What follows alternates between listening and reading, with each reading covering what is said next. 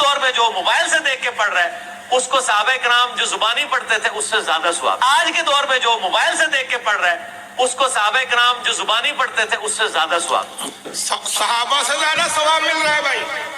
اور یہ انجینئرنگ اس کی، ابے تو انجینئر سے تو پلمبرنگ کے لائق نہیں، تو گٹر صاف کرنے کے لائق ہے. کوئی کام کر سکتا ہے تو بھنگی والا. انجینئرنگ ہے. صحابہ کو تو ایک ثواب ملتا تھا کیونکہ وہ زبانی پڑھتے تھے. آج کے لوگوں کو ڈبل ملتا ہے جو موبائل دیکھ کے پڑھتے ہیں، جبکہ موبائل تو بدعت ہونا چاہیے.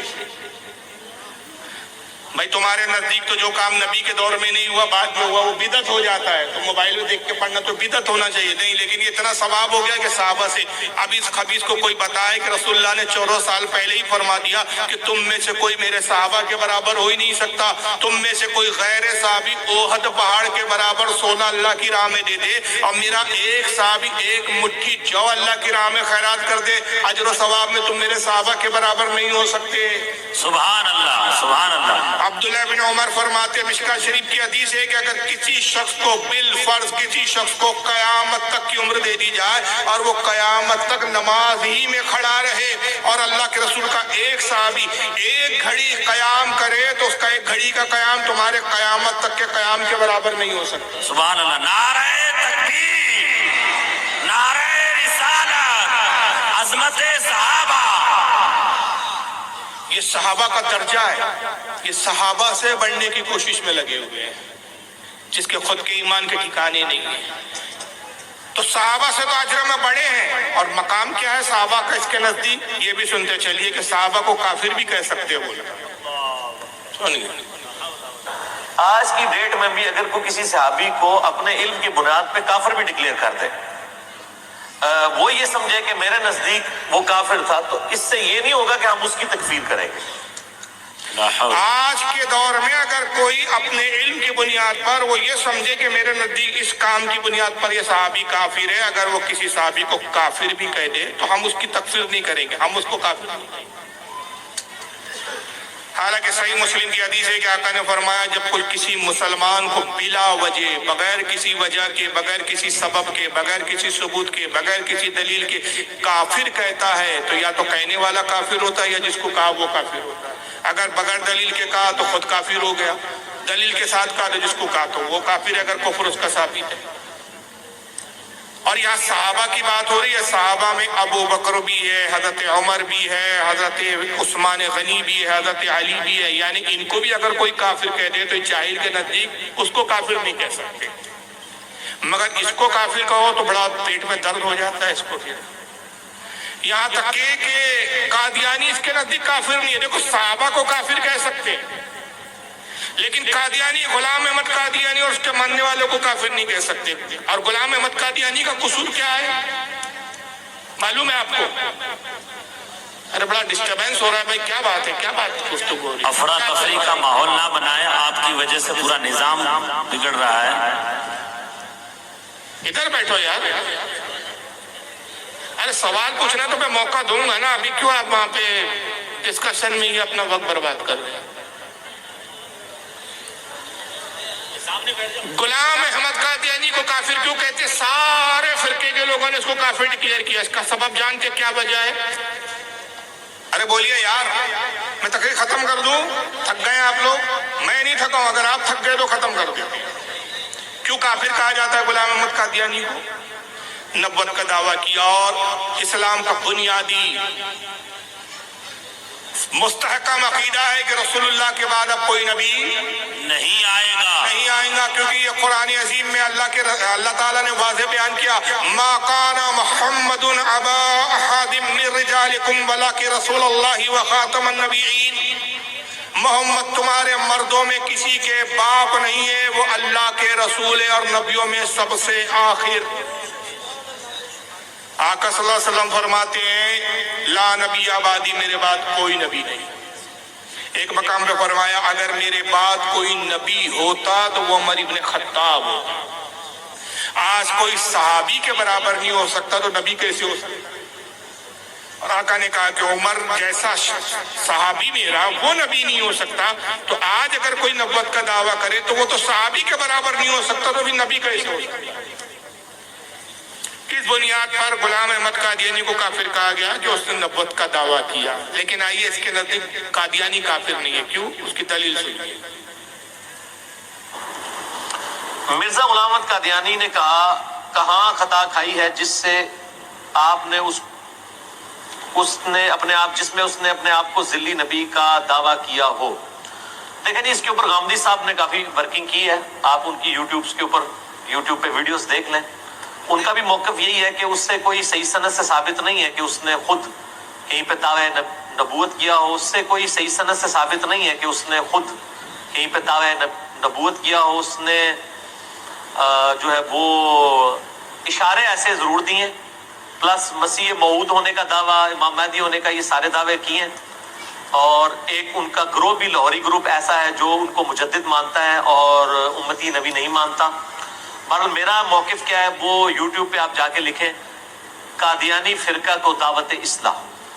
میں ان کو اسلام سے، اہل سنت سے ٹوٹا ہوا ایک فرقہ مانتا ہوں جنہوں نے اس بڑے لیول کا اختلاف کیا کہ ان کی تکفیر کرنا ہماری مجبوری بن گئی، کیونکہ انہوں نے اس اختلاف کی بنیاد پہ ہمیں کافر ڈکلیئر کر دیا. اور انہوں نے کہا جو غلام احمد قادیانی کو نبی نہیں مانتا ہم اسے کافر سمجھتے ہیں. اور انہوں نے کہا جو غلام احمد قادیانی کو نبی نہیں مانتا ہم اسے کافر سمجھتے ہیں. تو جو ہمیں کافر کہہ رہا ہے پھر ہم حق رکھتے ہیں کہ آپ اسے کافر کہیں. اور میں نے کئی دفعہ یہ گولڈن کوڈ اپنا بیان کیا ہے لوگوں کے سامنے کہ اگر قادیانی ہمیں کافر کہنا چھوڑ دیں تو ہم ان کو کافر نہیں کہیں گے. اگر قادیانی ہمیں کافر کہنا چھوڑ دیں تو ہم ان کو کافر نہیں کہیں گے.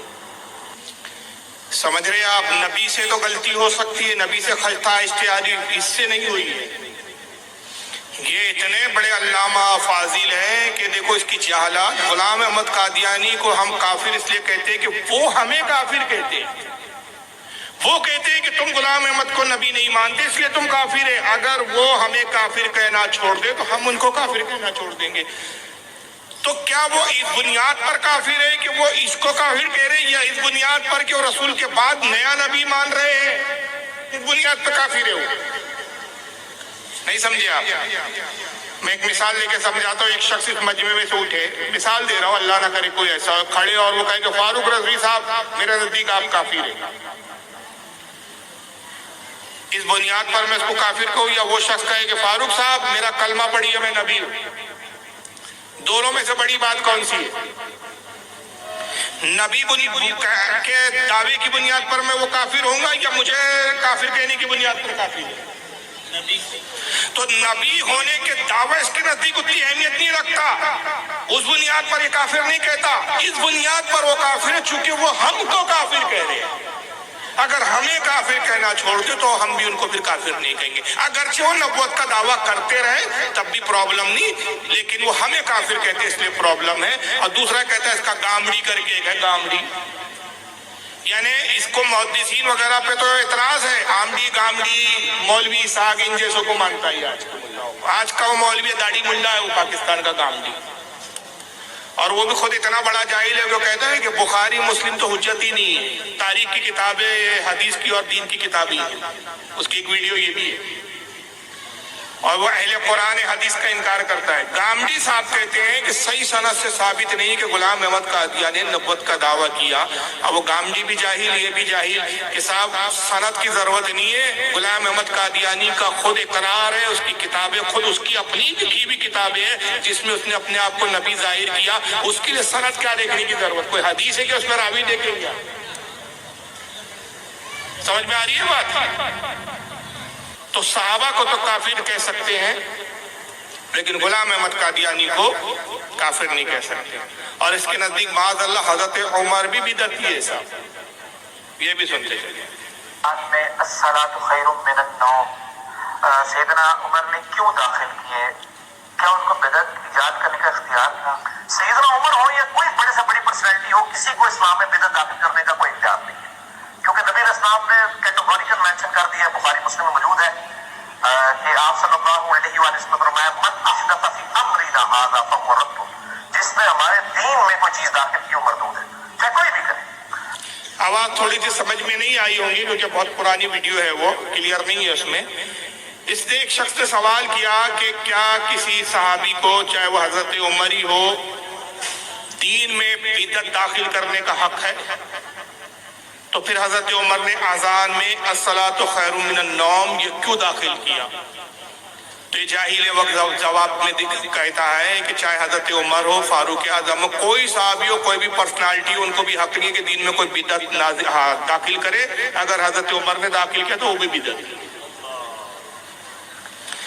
سب سے پہلی بات تو یہ ہے کہ بعض حدیثوں میں تو یہ آیا ہے، جو مستند بھی حدیث ہے کہ نماز میں فجر کی اذان میں، نماز میں نہیں، معاف کیجیے گا، اذان میں، فجر کی اذان میں الصلاۃ خیر من النوم یہ داخل کروانے والے خود رسول اللہ ہیں. روایت یہ ہے کہ حضرت بلال کی عادت تھی کہ فجر کی نماز کے وقت جب مسجد میں اذان دینے کے لیے آتے تو راستے سے آپ آواز لگاتے ہوئے چلتے تھے، یا ایھا الناس الصلاۃ، یا ایھا الناس الصلاۃ، اے لوگوں نماز نماز، لوگوں کو اٹھاتے تھے. اسی کو دعوت اسلامی کی اصطلاح میں آج کل کہا جاتا ہے صدائے مدینہ. یہ وہی سنت ہے. اور جب رسول اللہ کے حجرے کے قریب آتے تو آپ کہتے الصلاۃ والسلام علیک یا رسول اللہ. یہ مقصد یہ ہوتا ہے کہ آقا صلی اللہ علیہ وسلم تہجد پڑھ کے اگر آرام فرما رہے ہوں تو میں ان کو اطلاع دے دوں کہ یا رسول اللہ فجر کا وقت ہو گیا، آپ تیاری فرما لیں. ایک مرتبہ ایسا ہوا کہ سردی کی رات تھی، لوگ سردی کی وجہ سے گہری نیند میں سوئے ہوئے ہوتے تھے، تو حضرت بلال آواز لگاتے ہوئے اٹھتے ہوئے کہتے ہوئے چلے الصلاۃ خیر من النوم، اے لوگوں نماز نیند سے بہتر ہے.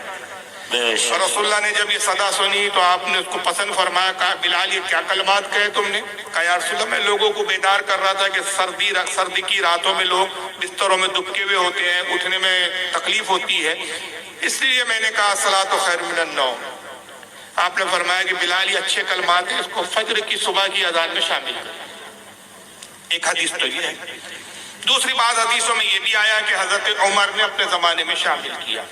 اگر بالفرض حضرت عمر نے بھی شامل کیا تو تب بھی وہ بدعت نہیں ہے، کیونکہ آقا صلی اللہ علیہ وسلم نے پیشگی پہلے ہی فرما دیا تھا. صحیح بخاری مسلم کی حدیث ہے، آقا کہتے ہیں علیکم بسنتی و سنت الخلفاء الراشدین، بے شک سبحان اللہ، تم پر لازم ہے کہ میری سنت کی پیروی کرو اور میرے بعد میرے خلفاء راشدین کی پیروی کرو. اور ایک مقام پہ تو اتنے واضح فرمایا، آئیے وہ حدیث میں آپ کو اسکرین پہ دکھا دیتا ہوں کیونکہ مجھے حدیث بڑی پسند ہے. جامع ترمذی کی صحیح الاسناد حدیث ہے، اس کی سند کو امام ترمذی نے حسن فرمایا. عن حذیفہ رضی اللہ تعالی عنہ قال كنا جلوسا عند النبی صلی اللہ علیہ وسلم فقال، حضرت حذیفہ کہتے ہیں کہ ہم ایک مرتبہ رسول اللہ کی خدمت میں بیٹھے ہوئے تھے کہ آقا صلی اللہ علیہ وسلم نے ارشاد فرمایا انی لا ادری ما بقائی فیکم، اے لوگوں مجھے نہیں پتا میں کب تک تمہارے درمیان میں رہوں گا. فاقتدوا بالذین من بعدی، میرے بعد تم کس کی پیروی کرو گے، میرے بعد کس کے نقش قدم پر چلو گے.